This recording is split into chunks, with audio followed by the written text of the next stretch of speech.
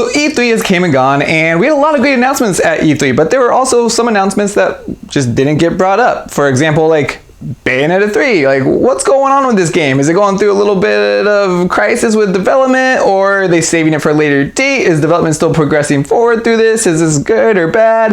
And in this video, I kind of want to just go over Bayonetta 3 and why it was missing from E3. And if this is your first time on the channel, welcome! I'm Falcon Zero. Make sure you hit that like button, subscribe if you're not already, throw that massive sword in the notification bell, and with that underway, let's talk about Bayonetta 3 and why it was absent from E3.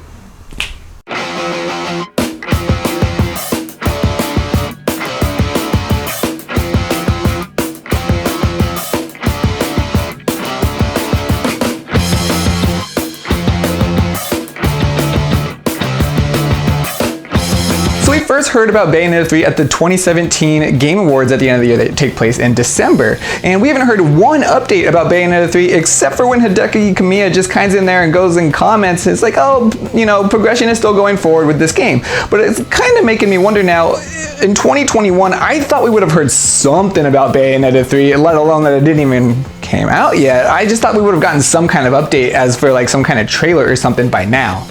This isn't necessarily a bad thing though that we haven't heard anything about Bayonetta 3. Maybe Platinum Games is actually making this a huge overhaul. Bayonetta 3 might be completely different from Bayonetta 1 and 2. Maybe they're doing some more open world elements in here. Maybe we're getting some more RPG mechanics, and this is going to be a lot bigger game than what we actually initially thought it was going to be from Bayonetta 1 and 2.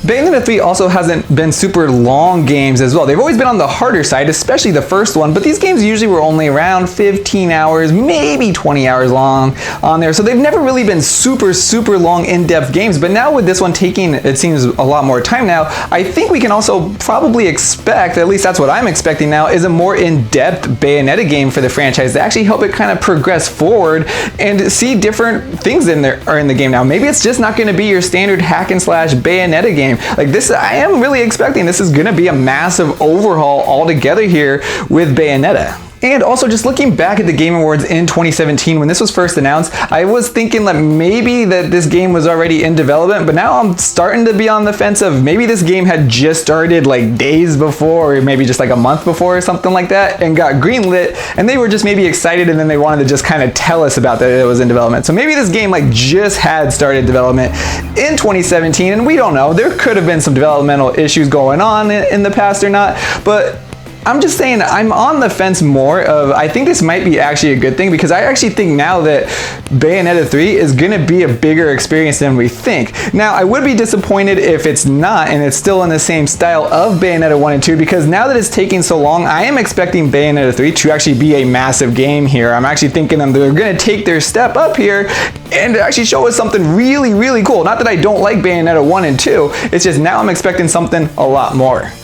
But I would also love to know what you guys think. Do you think Bayonetta 3 is in trouble, or do you think it's a good thing as well that this development might be going through a longer cycle than we initially thought here? Do you think they're going to be making a bigger game about this? I would love to know in the comments below. If you liked this video, please smash that like button, as it really does help out. Subscribe if you're not already. Hit the notification bell to stay up to date with more videos like this. And as always, everyone of YouTube, show me your moves.